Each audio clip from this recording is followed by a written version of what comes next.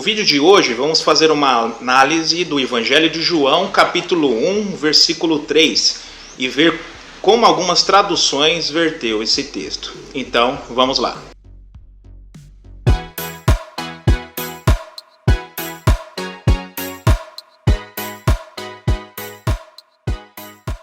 Muito bem. Podemos primeiramente fazer a leitura desse texto, e eu escolhi a tradução do Novo Mundo de 86. Vamos ver então como essa tradução traz atenção esse texto então para nós. Então, João, capítulo 1, versículo 3 diz assim: Todas as coisas vieram à existência por intermédio dele, no caso de Jesus, e a parte dele nem mesmo uma só coisa veio à existência. Agora podemos fazer a leitura desse mesmo texto. Eu escolhi aqui a tradução João Ferreira de Almeida. Vamos ver como essa tradução verteu esse versículo. João capítulo 1, versículo 3. Todas as coisas foram feitas por ele, e sem ele nada do que foi feito se fez. A palavra que iremos analisar agora em grego é dia. Vamos ver se ela realmente significa por ele ou por intermédio dele. E vamos ver algumas referências sobre isso. O dicionário Michelis, ele traz o seguinte significado para essa palavra. Dia, em grego, significa através de, entre ou por entre. A obra Watman Bible Study Group, dia significa, com o genitivo, tem um sentido geral de por intermédio de. A obra Helps Word Studies define dia da seguinte forma: é uma raiz presente no termo inglês diameter, através, até o outro lado, por intermédio.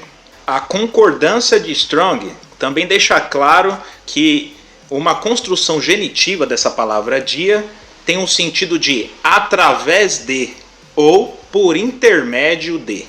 O léxico grego IPD, a palavra dia significa uma preposição primária, denotando o canal de um ato, por intermédio de. O léxico grego de Thayer define a preposição grega dia como significando por intermédio, especialmente ao ser usado numa construção genitiva. Então a forma ou a expressão que a tradução João Ferreira de Almeida usou, por ele, não está correta, pois em João capítulo 1, versículo 3, a palavra dia, ou essa preposição dia, não se dá na forma acusativa, mas sim na forma genitiva. Ou seja, Jesus é o agente passivo no ato de criar todas as coisas, pois ele foi usado como ferramenta por Jeová Deus para criar todas as coisas. E até obras evangélicas como católicas mostram que isso realmente é verdade. Acompanhe comigo, por exemplo, algumas dessas obras. Então temos aqui o comentário bíblico pentecostal do Novo Testamento. Ali ele traz atenção à carta aos Hebreus, capítulo 1, versículo 2, né? Ali fala, acompanhem comigo aí por favor: Nesses últimos dias nos falou mediante seu Filho, a quem constitui o herdeiro de tudo, e por meio de quem criou o universo.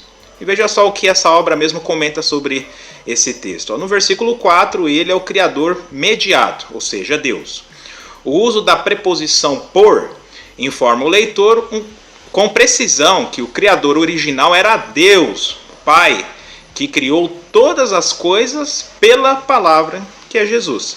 Outro texto que encontramos essa palavra dia é em Colossenses capítulo 1, versículo 16. Vamos ver como a tradução João Ferreira de Almeida traduziu esse texto, como também muitas outras traduziu da mesma forma.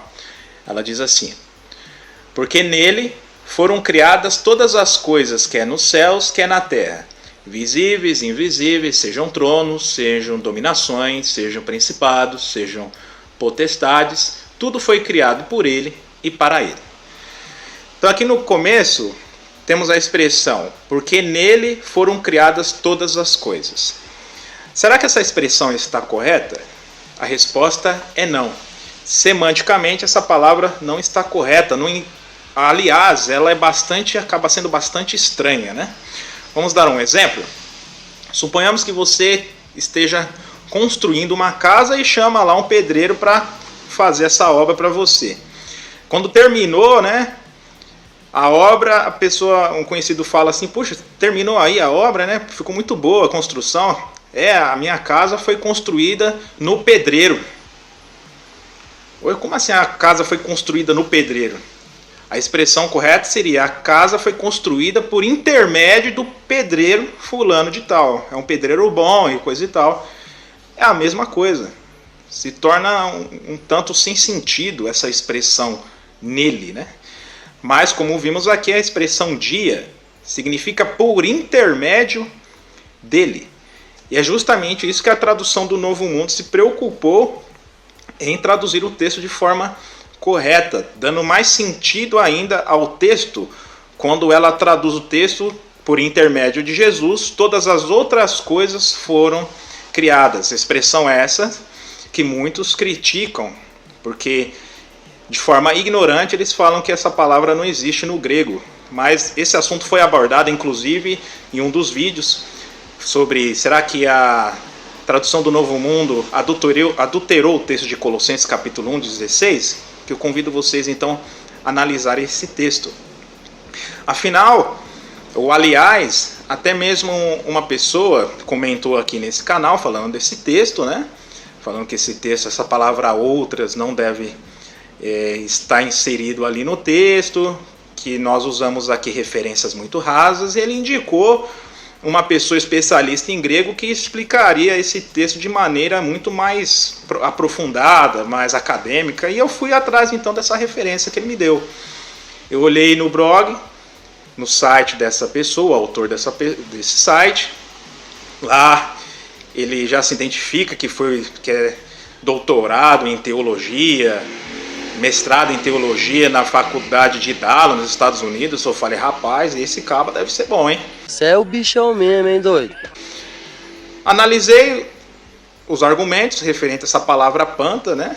Ele trouxe atenção aos textos que podem ser usados essa palavra, mas quando chegou em Colossenses capítulo 1, versículo 16, gramaticalmente, linguisticamente, ele não traz o porquê, mas ele simplesmente fala que o uso dessa palavra não deve ser usada porque Jesus é o Deus Todo-Poderoso. Ele não é criatura, ele é o Criador. Veja só que esse autor, né, esse teólogo aí formado em grego, ele não tem como provar que a tradução do Novo Mundo está errada em acrescentar, podemos dizer assim, colocar, na verdade nem é um acréscimo, é o que traz realmente a forma correta de traduzir esse texto usando essa palavra outras. Por que ele não consegue fazer isso? Porque gramaticalmente ele não vai poder provar que está errado. A única coisa que ele vai poder fazer é colocar a teologia dele para tentar provar que esse texto está errado. Sendo trinitário, logicamente que essa tradução ia totalmente contra esse dogma filosófico, né? Esse dogma aí que veio da Igreja Católica.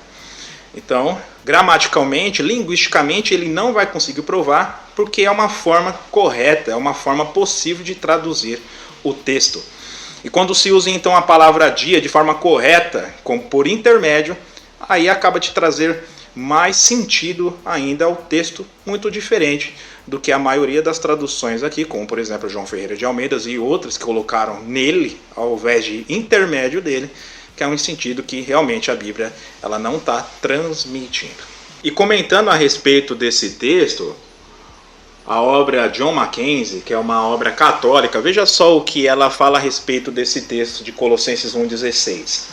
A expressão em Cristo, ou nele, indica que Cristo como instrumento do Pai na criação e na conservação do universo. Uma tradução que eu gostaria de compartilhar com vocês aqui, que eu achei bastante interessante, a forma que traduziu Colossenses capítulo 1,16, é a nova tradução da linguagem de hoje.